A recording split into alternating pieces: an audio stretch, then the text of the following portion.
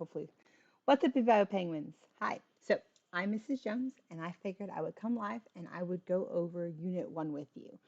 So sit tight because I think for the next hour or so, we're going to go over Unit 1. And in case you don't know, I'm from AP Bio Penguins. So if you are looking for a free review, just go check out AP Bio Penguins on Instagram, and there's daily reviews on there. Okay. And so since you're sitting in this live stream, to me, that means that you're interested in AP Bio and that you are taking AP Bio. And so I believe that AP Bio students are dressed for success and that you're a penguin. So now that you are in here and you're doing this live, you are a penguin now. So you are one of my AP Bio penguins. So a couple resource reminders. So since you're in here, you probably already know about all these resources, but in case you're watching the recording later, I figure you might want to know about these resources. So number one, I do a daily review on Instagram. So starting on February 1st, I have been posting every day, Monday through Friday, review questions. And so I do a topic a day, which allows you to be able to review for the AP exam. I also have a 374 page review guide posted onto my Weebly, which that is at the bottom of the page. It's www.apbiopenguins.weebly.com. Literally just Google AP Bio Penguins, and you can easily see it. Okay. Also, it's called FRQ Friday, but so once a week I usually will record free response videos. So I'll pick a video that or a topic that my students are currently learning. And we will go through the free response. I go through what the exemplar looks like. I go through the scoring guidelines and then kind of some tips and tricks for those exam questions. And then there's 120 quizzes games. So I've got games for each of the topics, as well as I've got games for each of the CEDs. So all of the topics in the CED, I've got there ready to go.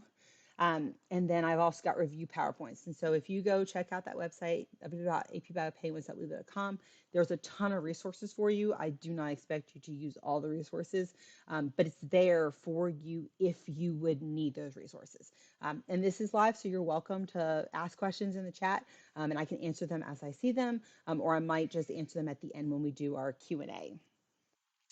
So we're sorry, wrong screen. So today's plan, we are doing Unit 1. So that includes our macromolecules. That includes water properties. I have a couple practice questions in there, and then I have some time for us to do some Q&A.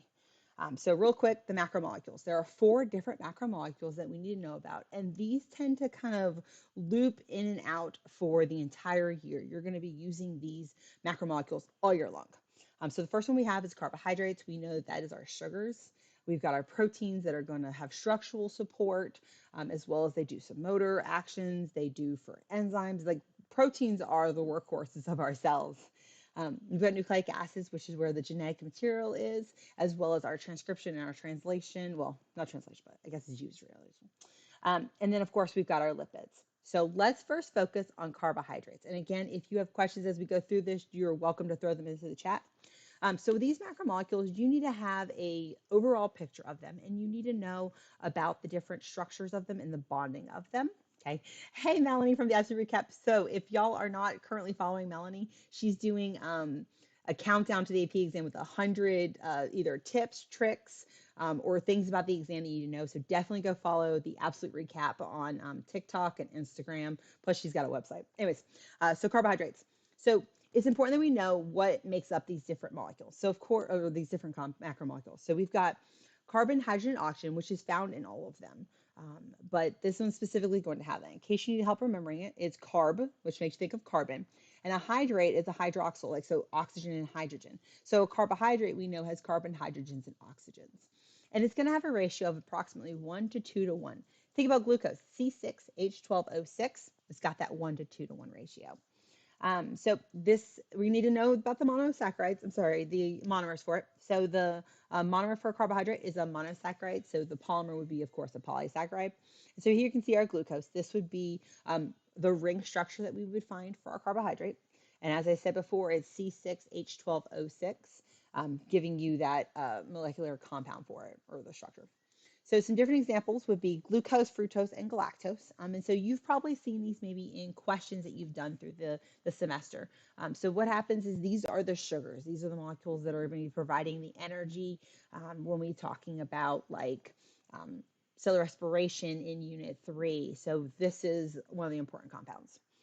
So if we were to go through a dehydration reaction and we take out water, we can attach two of these monomers together, and that makes a disaccharide. The di making you think of two, so disaccharide would be two monomers together, making, of course, a disaccharide. And so some different examples that we have for this would be like sucrose. Sucrose is glucose and fructose, or lactose, which is going to be, oh my gosh, glucose and galactose. And then we have maltose, which is going to be, I said that wrong. Sorry, sucrose is glucose and fructose, lactose is glucose and galactose, and maltose is two glucose molecules together. I'm so sorry, Al. And so the bond that we have between these is called a glycosidic linkage. And so they may be, talking the question and they may mention a glycosidic linkage. It's just important that we can recognize that.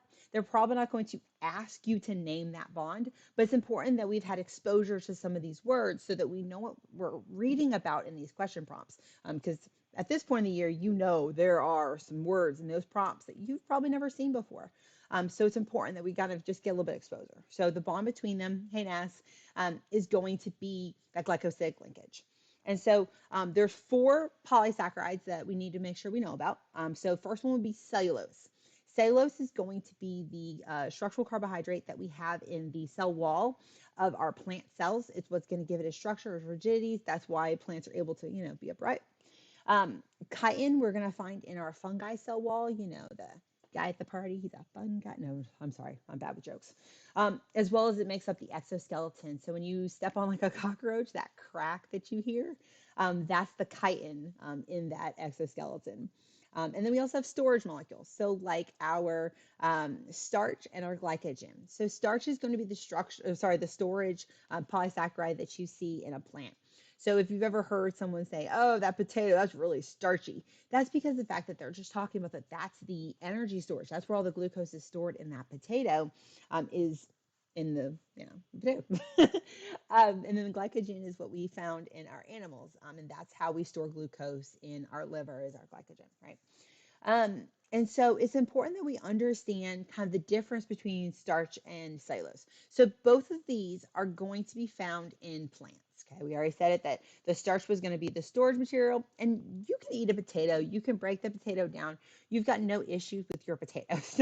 But cellulose that's making up the cell wall, you can't break it down. And the reason why is because of the bonding that we have it. So in our starch, we have a 1,4 alpha linkage. So we can break the alpha linkage, but cellulose has a 1,4 beta linkage, okay? And you don't really need to know about what those 1s and 4s mean. All they're doing is they're numbering the carbons of the structure. Not really essential for you to know 1,4, but it is important for us just to recognize the difference between the starch and the cellulose and knowing why we can or cannot break one. And so we can break the alpha linkage, but we can't break beta linkage. So you think to yourself, say, okay, well, a termite eats wood, and it's an animal. Well, it's an insect, but whatever. Anyways, so the termite, it can't break down that cellulose. The termite's not able to break those beta linkages. Well, then how does it do that? And so we have to then, get into Unit 8, talking about ecology and looking at interactions of organisms. And we know that there's a symbiotic relationship. There's a mutualistic relationship, specifically an obligate mutualistic relationship between termites and the microorganisms that live in their gut.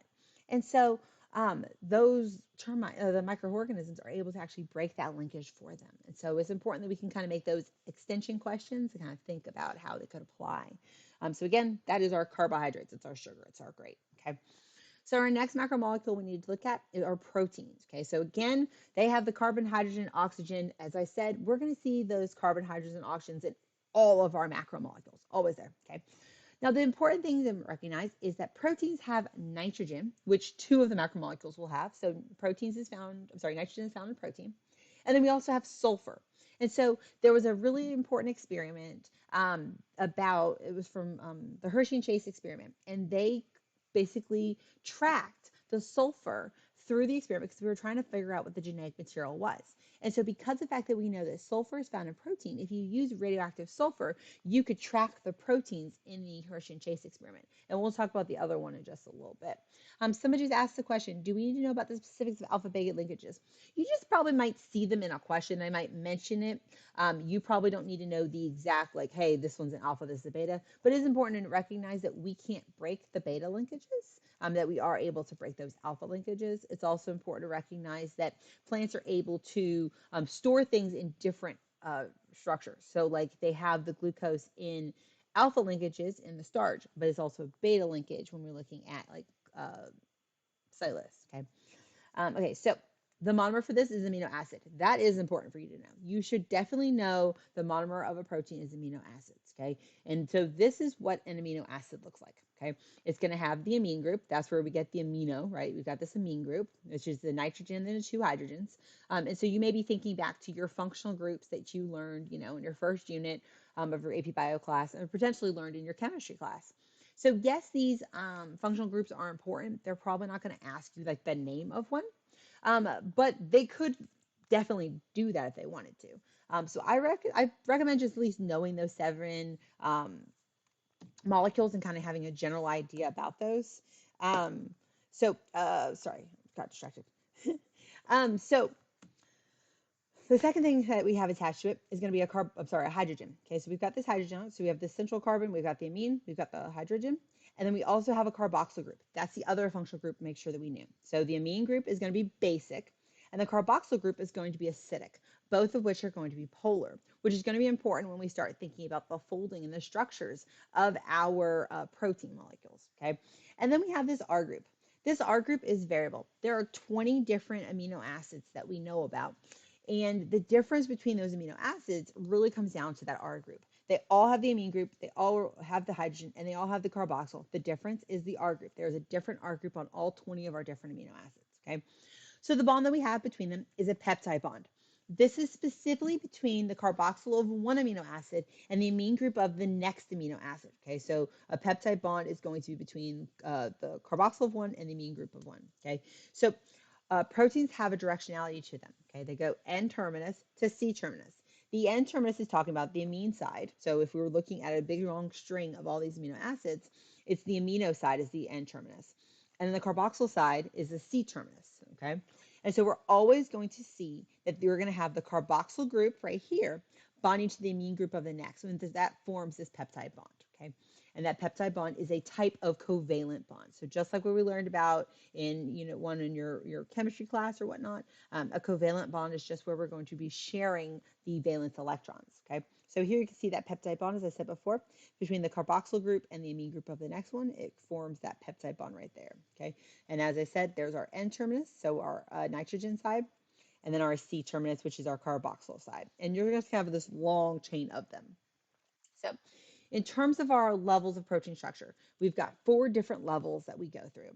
So the first one we have would be our primary structure. Primary structure is just like the long string of amino acids. So one amino acid attached to the next amino acid. And so the type of bond that we have here is a peptide bond. As I said before, it's just a covalent bond, but it's specific to the amino acids and the proteins, calling it a peptide bond, okay? So this is our primary. It's just making this long string of amino acids. Sorry about all that extra white. I was trying to modify an image. The secondary structure is our alpha helix or a beta pleated sheet. Okay, so the way that we form this is hydrogen bonds. So there's hydrogen bonds in the backbone. So what will happen is that in the structure right here, so we have our carboxyl, right? And it's got this double bond right here, the bond O, right? Making that very electronegative. Okay, so because of the fact that it's got the double bond O, it makes it very electronegative. Okay, and then this hydrogen here, okay, is going to become attracted. Now, within one amino acid, they're not attached, but if you're thinking about downstream, okay, and you're somewhere else on the structure, like they'll kind of loop back. And so the backbone, this is the backbone. So you'll see hydrogen bonding on that backbone. Okay, so again, I said alpha helix, which just makes like a spiral, and beta pleated sheet just makes like this, it's just a zigzag, and they're just like bonding on the sides. Okay, so here you can see that alpha helix or that beta pleated sheet. The tertiary structure is any bond that you learned about in chemistry. You've got covalent bonds, ionic bonds, van der Waals forces, hydrophobic interaction, hydrogen bonds. Any bond that you know about is taking place here in our tertiary structure, okay? And so this is between the R groups. So as we said, all the amino acids have a different R group. So those R groups are going to, of course, have different compounds in them, or different atoms, I'm sorry. And so those atoms are going to bond to one another, whether they're doing a covalent bond, ionic, or covalent, hydrogen, it doesn't matter. But this gives our final three-dimensional structure. So now the polypeptide is fully formed. But here's the thing, not all proteins are made up of only a single polypeptide. Some of them are made up of multiple polypeptides. For example, collagen. Collagen is made up of 3 polypeptides, and hemoglobin is made up of 4. And so what will happen is these other strands, right? So we'll have polypeptide A, polypeptide B, and all these polypeptides will come together, and that's what forms our quaternary structure. Okay, so it's antibond again, but it's between the R groups of different polypeptides. And that forms this final three-dimensional structure of a protein. So if we need more than one polypeptide, that's what gets us into that quaternary structure. So remember, if you have questions as we're going, you can throw them in the chat. There's only 22 in here, so there's not really a lot of questions buzzing in, so we're good. So now it's important that we recognize the bonding and how the polypeptide is going to fold, okay? So we already mentioned the R groups. So these R groups can either be hydrophobic, hydrophilic, or they can be charged, okay? So hydrophilic just means that it's polar, okay? So it's going to have the oxygens and the sulfurs and the nitrogens and all those strong electronegative atoms that lead to hydrogen bonds, okay? Hydrophobic means it's probably made up of a lot of non-polar bonds. So you've got the carbons and the hydrogens that are bonded together, and that's what forms those non-polar bonds. And that kind of is going to fold toward the inside. And then charge just means that it has a positive or a negative charge to it, okay? So as we said before, the amine group can be basic, right? So it can take H pluses from the solution. And so if the NH2 takes a third hydrogen, it becomes NH3 plus. It's going to be positively charged, okay? And so thinking about that, we can have a positive charge on our R group, or if the carboxyl group lost this hydrogen, it would be negative. So like I'm just trying to show you positive negatives here. And so that is what leads to it being, negatively charged. So when you look at it, you'll see if it's positive or negative. Why am I telling you all this? Because they could ask you a question. They could tell you the R group of one is this and the R group of the other is this. How would that differ how it's going to fold? And it's important to recognize if something is polar, it folds toward the hydrophilic kind of aqueous solution, or if it's hydrophobic, it will fold toward the interior away from that hydrophilic, away from that aqueous environment, okay? So done with proteins. Moving on to nucleic acids. And again, if you've got questions, throw them in the chat. So nucleic acids are important, again, made up of carbon, hydrogens, oxygen. They're the other one that has nitrogen. So remember I said it's important to know what's different, right? So nitrogen is found in your your proteins and your nucleic acids. So those are the only two that we see nitrogen in. So it's important that we recognize that, okay? And then the other one we have is a phosphate group, okay? So although phosphate is the other place we find is a phospholipid. Phosphate is traditionally going to be found in our nucleic acids. So we talked about Hershey and Chase. We said that we were using radioactive sulfur, and that would code the protein. Well, what they did is they also used radioactive phosphorus, and they were able to code the phosphorus to follow the DNA through the structure, through the experiment, to figure out that it was DNA that was the genetic material. And that will come up when we get into Unit 6, when we talk about replication and transcription translation. So the monomer for this is a nucleotide, okay? And so this is the general structure for a nucleotide. It's going to have a phosphate group, which is known based on the fact that it's a phosphate, okay? Also, in case you don't remember back from, when you talked about macromolecules, the functional groups, the phosphate is actually negatively charged. It's PO4 2 minus. And so that negative charge is what's going to cause nucleic acids to be negatively charged. So you may see questions about, what charges the DNA. DNA is negatively charged. RNA, negatively charged. It has a phosphate group, which is negatively charged, which leads to the whole structure being negatively charged, okay? It also has a nitrogenous base. You've heard of these: adenine, thymine, cytosine, guanine, and uracil. Those are your 5 different nitrogenous bases. And then you have a pentose sugar. Pentose makes you think of 5. So it's going to be a 5-carbon sugar. So this will either be deoxyribose or ribose, depending on whether we're looking at DNA or RNA. So the bond between them is a phosphodiester linkage. Again, I don't think you're going to have to be able to name phosphodiester, but you should be able to recognize that word in case you saw it in a question. And so this is going to be between the phosphate of one nucleotide and the hydroxyl group of the other nucleotide. Now we haven't mentioned all that, but let's get there in a second. Okay. So there's a 5' end and a 3' end in terms of our DNA. The 5' end is just, again, is talking about which carbon is. So on the 5th carbon, we have our phosphate group. And on the 3rd carbon, I've got the hydroxyl group of the pentose sugar. And so that makes this our 3' end. DNA is anti-parallel. And so we're going to see that it moves from 5' to 3' here, and then 5' to 3' there. It's kind of like when you drive down the road, right? You're driving this direction and they're driving this direction, okay? And so if you were to pretend that the 5' end was the front of the car and the 3' end was the back of your car, again, you're just driving down the road in opposite directions, okay? And so it'd be like if you hung your arm out of the car, that would be these hydrogen bonds that we would see between them, okay? So it's just driving in opposite direction, okay?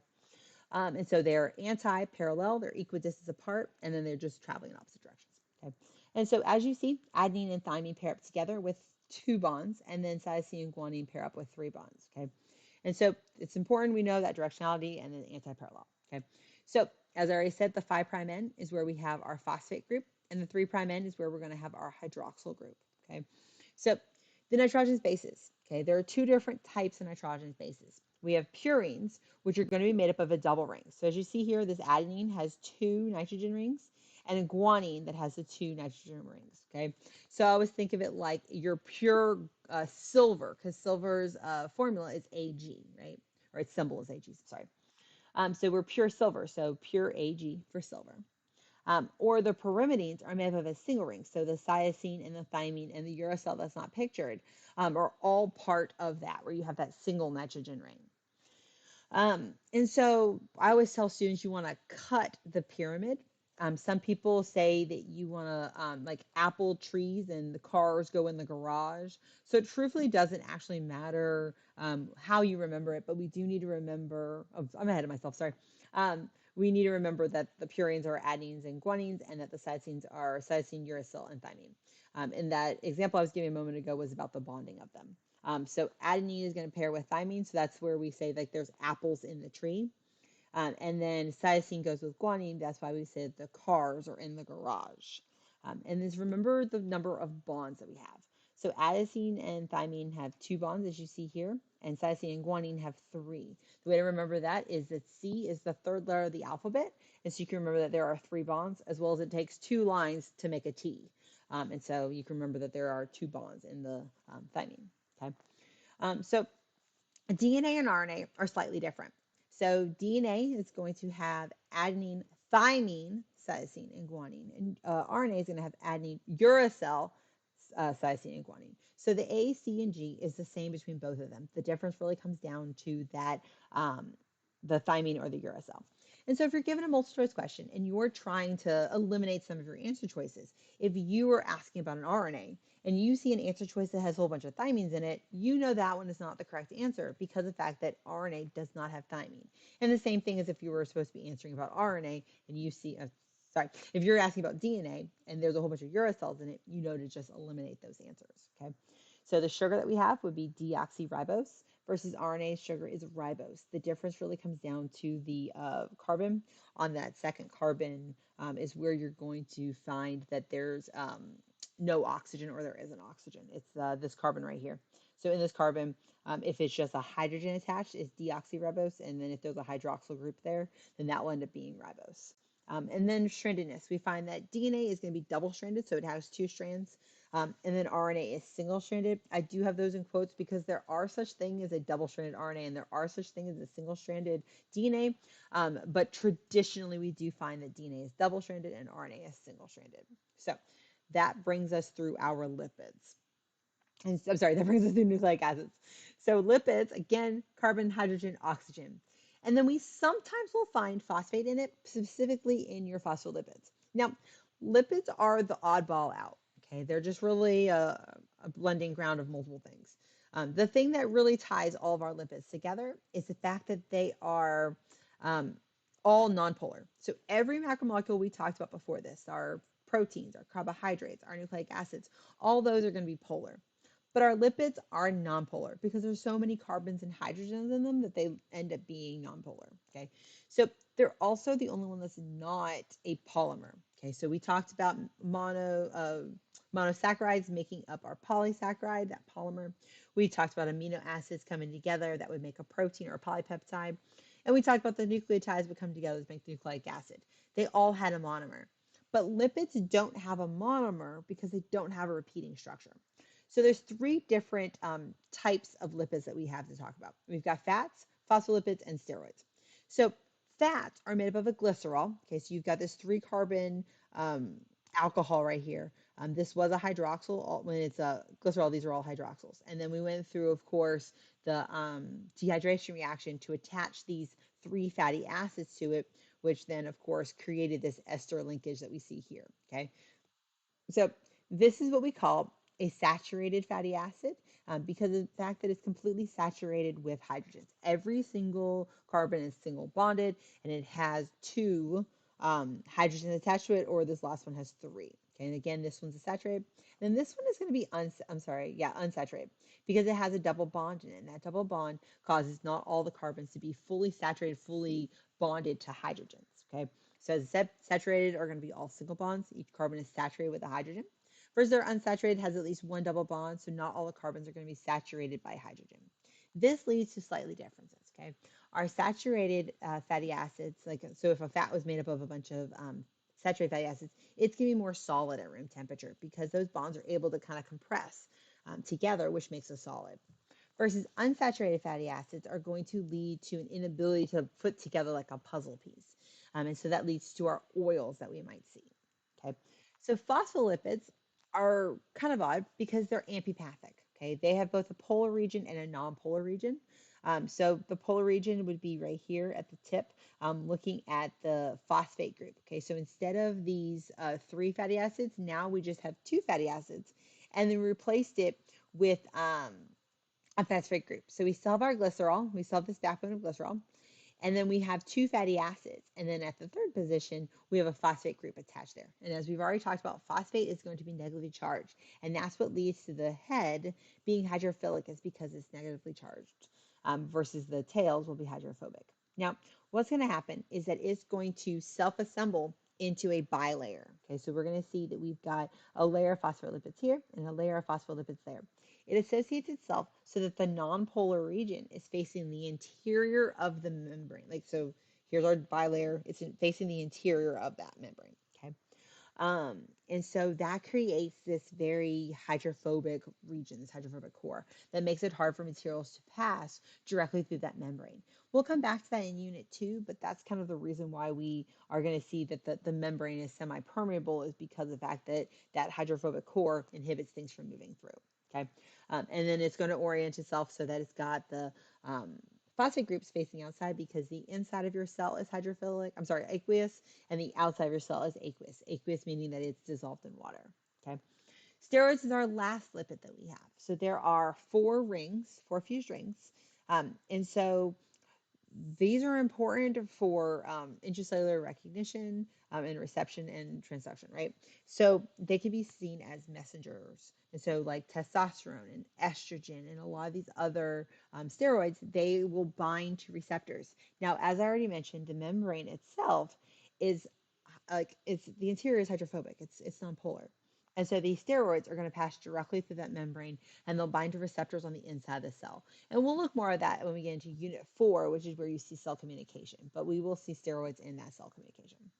So we have finished macromolecules. It only took us, 30 minutes to get through those? So now we're going to work on our water properties. And so there are a couple different properties of water. We've got, of course, polar, which leads to the cohesion and the adhesion. We've got the fact that it's a universal solvent, as well as we've got surface tension. We have this high specific heat, and then we also have this less it's a solid, and then we have a little bit we need to talk about with pH. So in terms of polar, the fact that it's polar just means that it has polar covalent bonds. Okay, the polar covalent bond means that they are sharing their electron, just they're sharing it unequally. Which fat was a healthy one again? You don't want to have trans fats Trans fats are going to be the ones that like what they can do is they actually like will hydrogenate fats, and then that makes them so that they become kind of thicker. They build up in your arteries. So it's trans fats you don't want, but you also don't want the hydrogenated fats. Those are also bad for you. Okay, so polar. So we have this polar covalent bond. The polar covalent bond is what we're going to see because of the fact that it's sharing the electrons, but it's not sharing them equally. Oxygen is more electronegative than hydrogen, and because it's more electronegative, it's going to have a polar, it's kind of going to pull a little bit deeper, hold it more to it, which then makes it a little bit more control of it. So we have a partial negative at the oxygen, and the hydrogen is the partial positive, okay? Um, no, waxes aren't really that important to know about with lipids. It's not really in the standards. Okay, so what we see here is that due to this in like the way that they pull, that leads to those hydrogen bonds that we saw before. Okay, so here we have that oxygen and here's that hydrogen. It's pulling the electron closer, leading that oxygen to be partially negative, the hydrogen to be partially positive, which then leads to that hydrogen bond because this oxygen is partially negative and that hydrogen is partially positive. And so the hydrogen bond is an attractive bond. So it's not actually bound to them. Like they're like, it's attraction. Like it's like a attraction due to positive and negative charges. Okay. And so that hydrogen bond that we see is going to be between our water molecules versus the polar covalent bond is in the structure. And I know that led to a lot of trouble when I did the review the first day because I asked the students this question and they were all arguing with me. And I'm like, no, no, no, the question's asking the bond in the water or the bond between the water. Okay. And these hydrogen bonds are going to come up with our other macromolecules. We saw that there were hydrogen bonds in our nucleic acids that was going to hold together our nucleotides. So, like for example, you saw it right here. These are hydrogen bonds. So we have hydrogen bonds in our nucleic acids, as well as we have the hydrogen bonds in our proteins, as we talked about in the secondary structures that are going to be between that backbone. Okay. So it is important to know that those hydrogen bonds don't just occur in water. They are due to any time that we do have this polar covalent bond taking place. Okay. So universal solvent, because of the fact that that water has that partial positive and that partial negative charge to it, we do see that it can dissolve anything that is also polar, anything that is charged. So like sodium chloride can dissolve in water because the negative charge of the chlorine is going to get kind of attracted to the positive side of water, and then the sodium side will get attracted to the negative side of water. So we are able to dissolve those. And same thing as if it's a polar, they also have the partial positive and the partial negatives that allow them to be able to form those hydrogen bonds. Okay. And so we already mentioned here the partial negative oxygen binds with other polars, and the partial positive binds with other polars. Okay. So thinking about how does this lead to cohesion and adhesion? Well, cohesion is just water molecules being attracted to other water molecules. Okay. And so if you've ever drank some water, right? The liquid is attached to the other water molecules, okay? Or if you've ever seen water beat up on the roof of a car, like you put a bunch of little drops of water. That wax is of course nonpolar, so that's why you get the little beads. But the water is all going to kind of come together. Or if you've done drops on the top of a penny, if you keep dropping on top of a penny, it's going to form that little bubble. And that is what is due to cohesion. The water molecules are attracted to other water molecules, which forms that. Okay. Adhesion is water molecules attracted to other polar substances. So when you look at a graduated cylinder and you see the meniscus, okay, you see that like how the water's climbing the sides of the tube, that's due to adhesion. Those polar substances in the water, they're attracted to each other, which leads to the water kind of climbing up the sides. In case you're wondering, glass is silicon dioxide, so it's polar. And so here you can see that cohesion. Cohesion is water attracted to other water molecules, and adhesion was water attracted to other polar substances. Okay, and so together this leads to capillary action. And capillary action is where we see the water moving up from the roots to the leaves.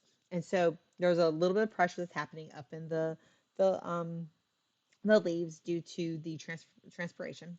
So the water up at the top, it evaporates. And what that does, that pulls the next water molecule. And so there's this big long string of water molecules that's being attached to each other that gets pulled up.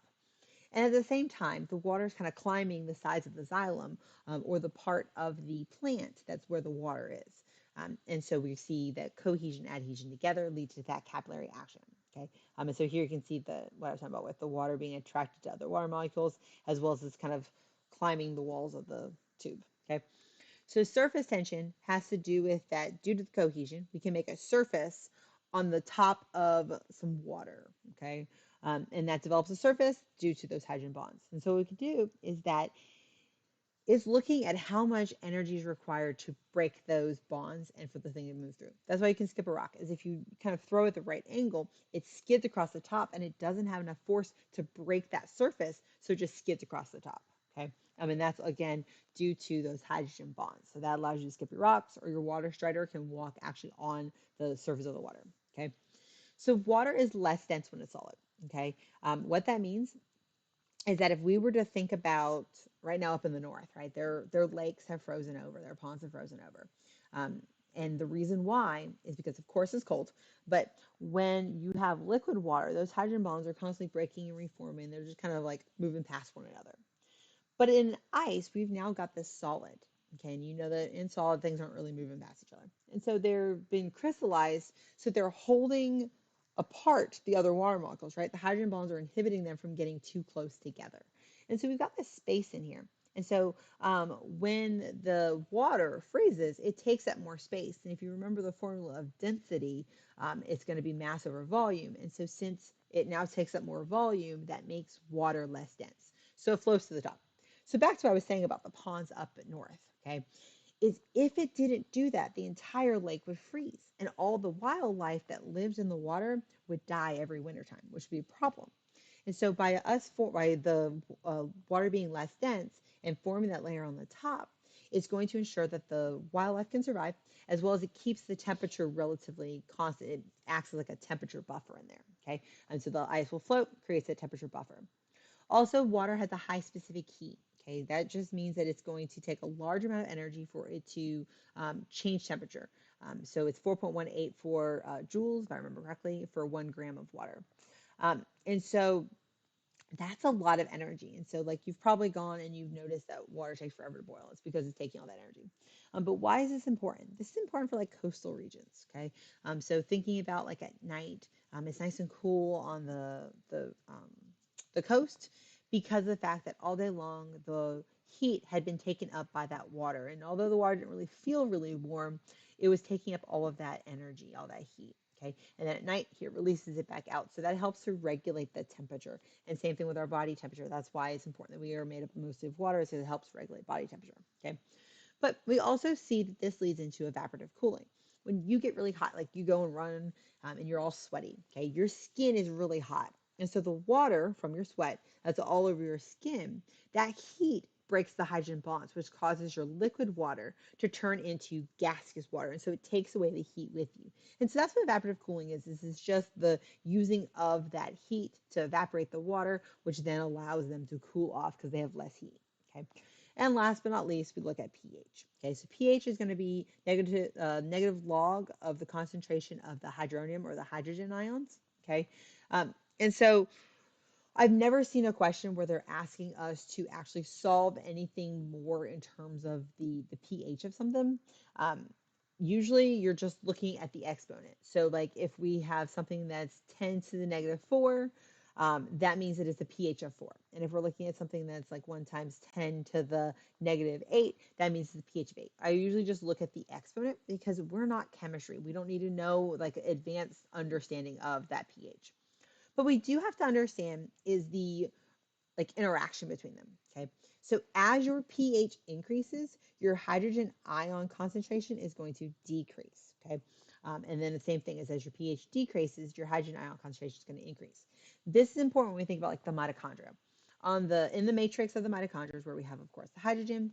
As we go through the electron transport chain, they pump the protons from the matrix out into the intermembrane space. And so they could ask you a question about like the pH of the intermembrane space. And the pH is getting more acidic. The pH is decreasing because it's increasing the amount of hydrogen ions that are being moved from the matrix out into the intermembrane space. So those are kind of the questions you might see is more on the understanding that they're inverse than on calculating them. Although you do have the nice pretty calculators now. So I want to take a moment and let's do some multiple choice practice questions. So we've gone through all the content in Unit 1. Let's just do some quick questions.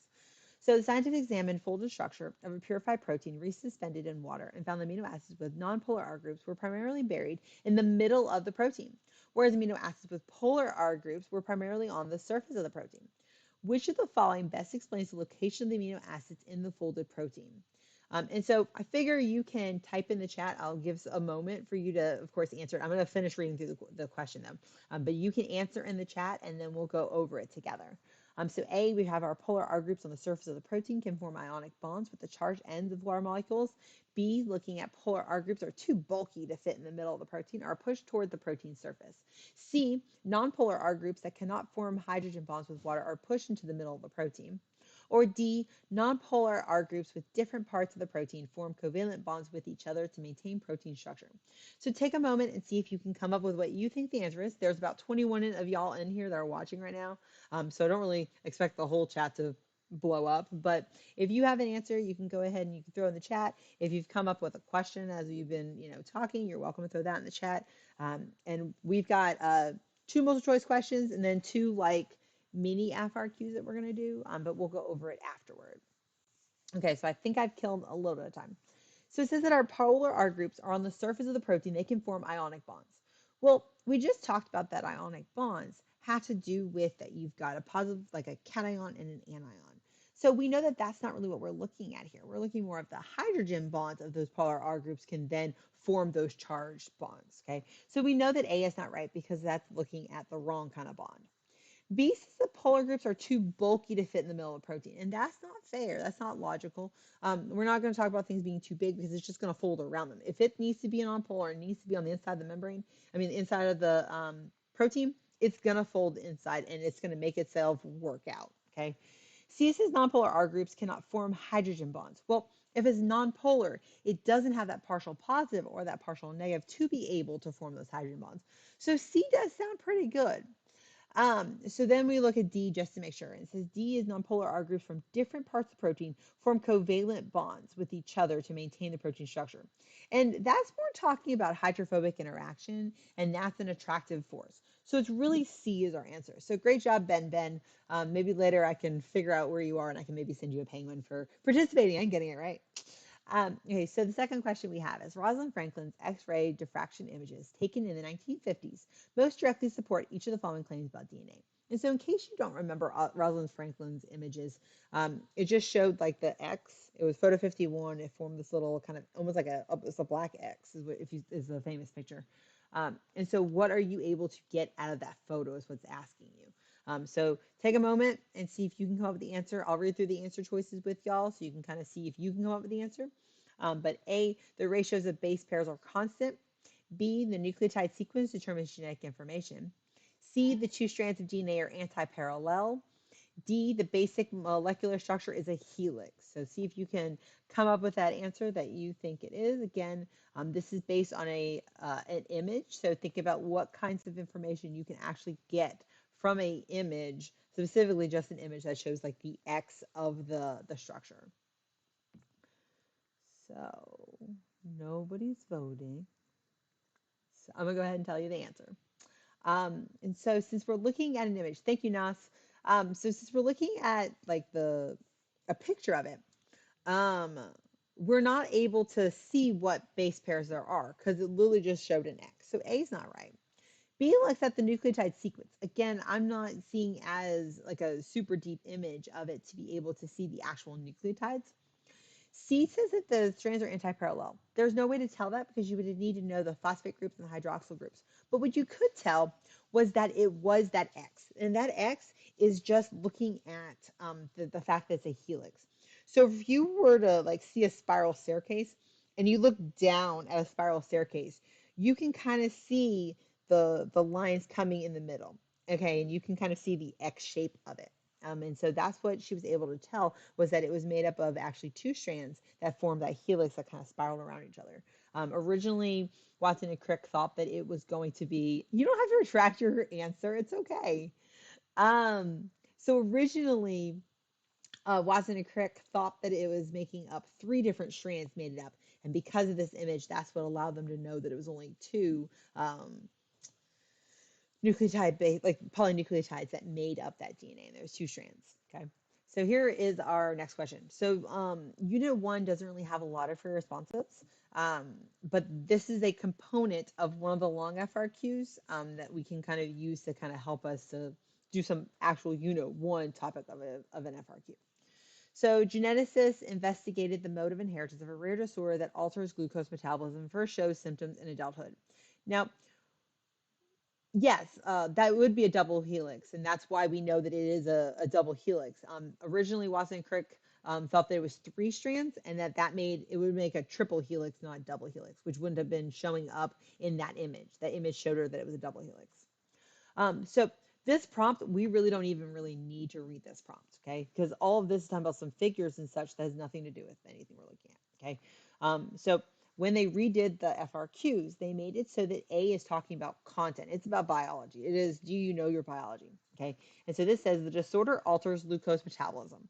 Describe the atoms and types of bonds in a glucose molecule, okay? So what I need you to do is in the chat, see if you can tell me what are the atoms that make up glucose? And then can you tell me the type of bonds that you find in a glucose molecule? So go in the chat and answer, see if you can do that. I'm going to kill some time and tell you about some resources. So other resources you could be using to prepare for your AP class as well as your AP exam is, of course, the absolute recap. As I mentioned earlier, she's going to be making tons of videos, as well as she's got tons of resources on her YouTube page. And then she also works with the Ultimate, what's that thing called? Ultimate Review Packet. It's the one that Heimler currently was working with, but now he's no longer with them. So of course we've got those resources. You also could look at Crash Course, or you could look at Mo's in Bio. There's my students are obsessed with this guy named Poser. His name's Gabe Poser. They swear that he's amazing, so check out Gabe Poser. There's another guy named Rob Tate. He's supposedly amazing for my students. So we've got some answers in there. So Naz, Chan family, and Ben are all telling us that we have a CHO, so we have carbon, hydrogen, oxygen, and they're all saying glycosidic linkage. So now we have to think to ourselves and remember, okay, the glycosidic linkage was the bond between glucose molecules.